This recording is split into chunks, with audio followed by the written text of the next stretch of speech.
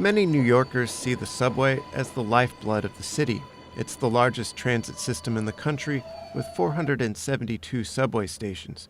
But 117 of those don't have elevators, which can leave people with disabilities stranded. Many activists are demanding the Metropolitan Transportation Authority commit to station renovation and install elevators, making subways accessible for everyone.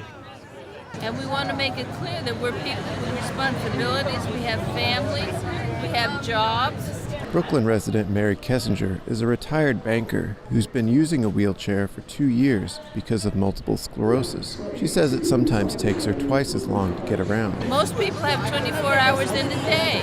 We need 36 because we have to have an extra hour to get to the stations. We have to have an extra hour to get wherever we want to go. Fight, fight, fight! Public transit is a right! Lately, Kessinger has taken to activism to call attention to the problems that she and other New Yorkers with disabilities face on a daily basis. When we say fight, fight, fight, public transit is a right, because it is.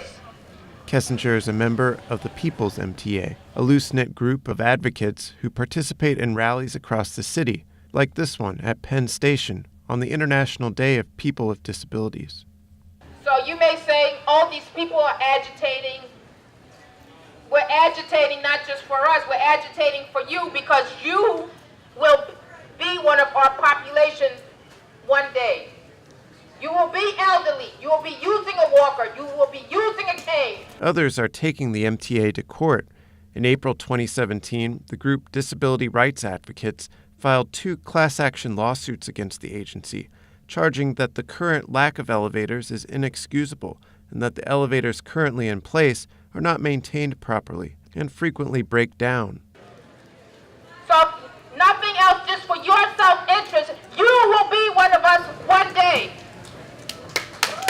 Accessibility is a right! Fight, fight, fight! Accessibility is a right! Fight, fight. When you get to the station, then you have the problem of dealing with the level of the train being higher than the platform, so you have to pull yourself up to get onto the train. Luckily, there are friendly people who come to your assistance and pull you up. It takes 3 or 4 people to pull me up on my chair. That's how I get on the train. Help. Kessinger also attends the MTA's monthly board meetings to voice her concerns. Mary Kessinger. Got a hand mic, Adrian? Good. Thank you. Morning. I want to issue you a challenge. The only way for you to understand our problems is for you to actually use a wheelchair. So I challenge you to rent or buy a wheelchair and use it for a week. Keep track of the time that it takes you to find the elevators. Keep track of the time that it takes you to find the boarding area, and how long it takes you to find the elevator to the street, and how to find the signs, and how to figure out how to get in and out of the station. Thank you very much.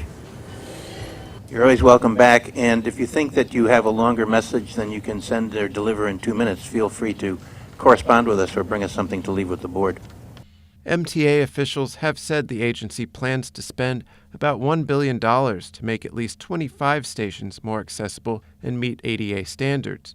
The agency estimated that making all of its stations accessible could come with a $10 billion price tag. In the meantime, people like Mary Kessinger have to rely on a few select stations, travel by bus, or rely on the paratransit service Accessiride to get around.